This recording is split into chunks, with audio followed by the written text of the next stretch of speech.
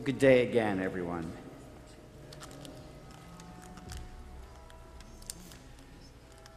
This last Thursday, immigrants from throughout the nation sponsored a protest called A Day Without Immigrants. They called in sick, or didn't go to school, or didn't patronize any businesses that day, as a way of demonstrating the importance of immigrants to this nation. All in resistance to Donald Trump's promised actions against immigrants, whether already in this country or waiting to enter. Now, the day before that, Kevin Plank, the CEO and founder of Under Armour Sportswear, published an open letter in the Baltimore Sun. It seems that a week earlier, Plank, in a reference to Donald Trump, stated that such a pro-business president is something that's a real asset for this country. The comment did not sit well with much of his customer base. And in the face of that resistance, Plank backed off his earlier statement and assured the company's hometown that he stood for equal rights for everyone. Just days after the New England Patriots won the Super Bowl, much to my dismay, 6 team members announced that they would skip President Trump's invitation to the White House. 5 of them were African Americans who said that they simply did not feel welcome at the White House. It was just another in a series of snubs and protests against Trump, since millions of women had marched on the day after his inauguration. The left, sensing the birth of a new liberal movement, is ecstatic. The right, not so much. They claim that protesting the president so early in his administration is unpatriotic, that people need to unite behind the new president and at least give him a chance. They see these protests as nothing more than retaliation for Republicans' opposition to the presidency of Barack Obama. And believe it or not, the right just might have a point if you listened to Jesus' teachings in today's gospel. When someone strikes you on your right cheek, turn the other one as well. If anyone wants to go to law with you over your tunic, hand over your cloak as well. And should anyone press you into service for 1 mile, go for 2 miles. My guess is that we have all heard these teachings of Jesus before. And I dare say that many of us have actually used them in order to calm folks who have been harmed and are looking for revenge. Turn the other cheek, we'll say. Shake it off. And that's typically how these teachings are used. Turning the other cheek is somehow seen as a strategy for peacemaking, while the one whose cheek was struck only sees it as an invitation to be struck again. Fool me once, shame on you. Fool me twice, shame on me. And giving someone the shirt off your back as well as your coat is somehow understood as praise for being generous, while the one losing both his shirt and his coat feels like he's being taken for a sucker. And how many of us have been told to go the extra mile as a way of encouraging us to work harder for the boss, while we only see it as overtime without pay? We interpret Jesus' teachings today as denouncing resistance and as a way of diffusing confrontation. After all, Jesus was a peacemaker.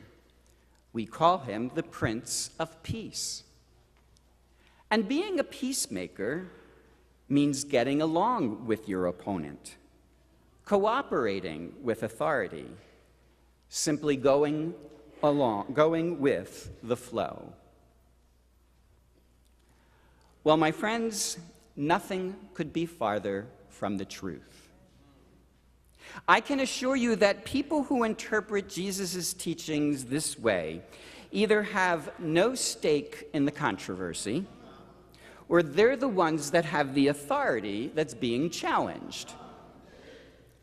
We know that time and time again, Jesus sides with the powerless, not the powerful, with the oppressed, not the oppressor, with the right, not the wrong. So let's look at these teachings again and see what's really going on. When someone strikes you on your right cheek, turn the other one as well. Now, you see, in Jesus' time, if a master wanted to castigate his slave, he would take the back of his right hand and strike the slave on his right cheek. And striking someone with the back of your hand was a way of insulting him and of putting him down and claiming your superiority. So if your right cheek has just been struck and you turn and offer your aggressor the left cheek, now you are inviting him to strike you with the palm of his hand. But you see, if he strikes your left cheek with the palm of his right hand, he is in essence acknowledging you as his equal. So in offering that other cheek, you'll either force your offender to acknowledge you as an equal while he hits you again, or it will diffuse the situation by discouraging him from hitting you at all. Pretty clever, huh? Now, if anyone wants to go to law with you over your tunic, hand over your cloak as well. What's that all about? Well, again, in the ancient world, a person could take your shirt as collateral for a loan, but he could not take your coat as well. You see, because your coat was your only protection against the cold at night, and no lender could take that protection from you and still expect to enforce his loan. So really what Jesus is saying is that if someone is trying to squeeze something out of you, then embarrass him by offering him everything you have. Giving him your coat as well as the shirt off your back will humiliate him if he takes it. And so he just might try to avoid the situation altogether. and he may even give you your shirt back. Should anyone press you into service for 1 mile, go for 2 miles.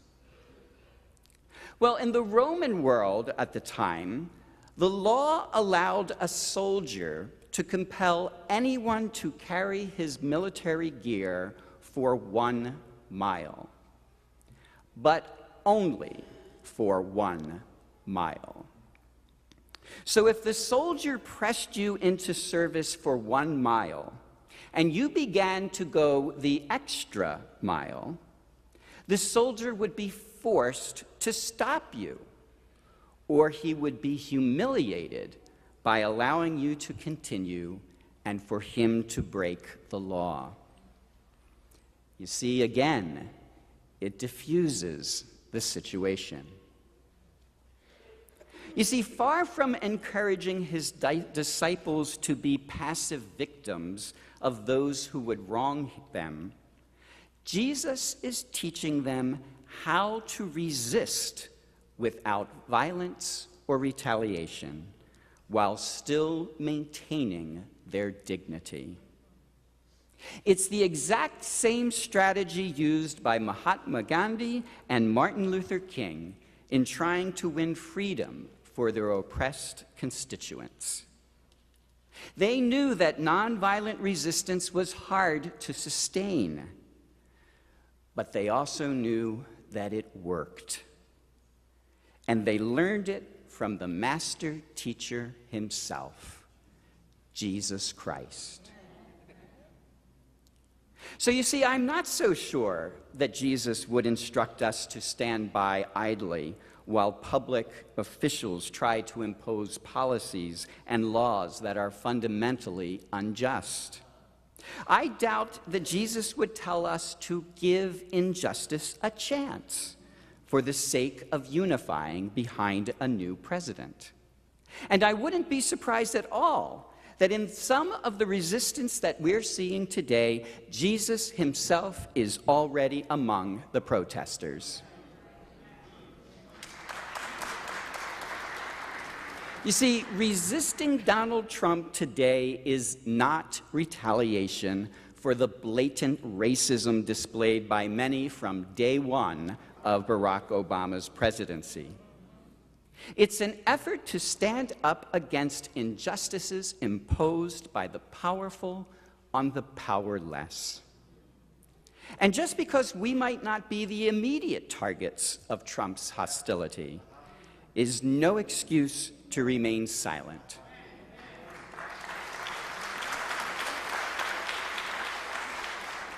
For we know all too well, first, they came for the immigrants, and I did not speak out because I was not an immigrant.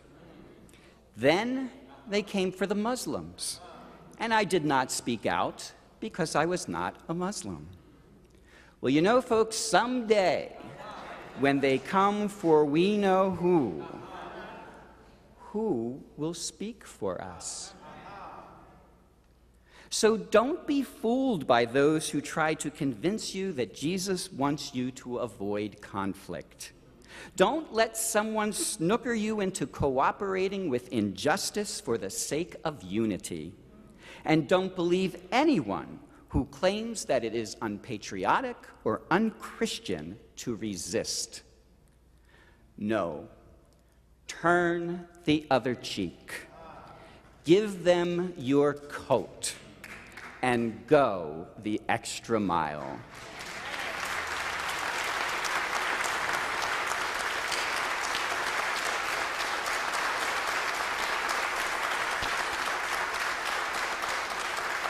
These are the words of the master teacher. These are the words of the Prince of Peace. These are the words of Jesus Christ, the resistor in chief. Amen.